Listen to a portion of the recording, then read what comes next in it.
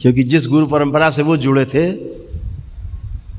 जिनके सैकड़ों देशों में आश्रम है, उनको भी इसी दरबार ने ठीक किया।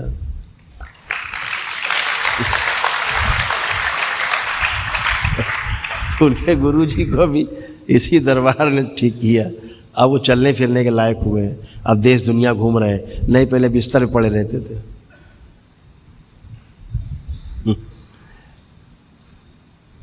ये शक्ति आपके दरबार को प्राप्त है इस पृथ्वी पे।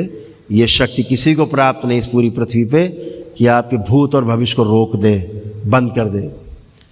वो चाहे स्टेडियम भरा हो, चाहे 10 लाख आदमी हो, एक साथ सबका भूत भविष्य रोका जा सकता है, एक साथ सबको ध्यान साधना कराया जा सकता है। ये शक्ति केवल इस दरबार को प्राप्त।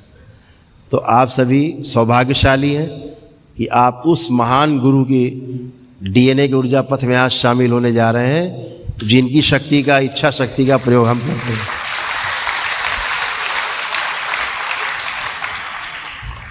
हमारे गुरुदेव प्रमाणित हैं इस शरीर में, वो अपना प्रमाण देते हैं कि हाँ मैं ऐसा हूँ। कैसे प्रमाण मिला उनको? मेरे द्वारा प्रमाण मिलता है। और ध्यान रखो, पूर्ण गुरु ही अपने को प्रमाणित कर सकता है, अधूरा अपने को प्रमाणित नहीं कर सकता है कभी भी।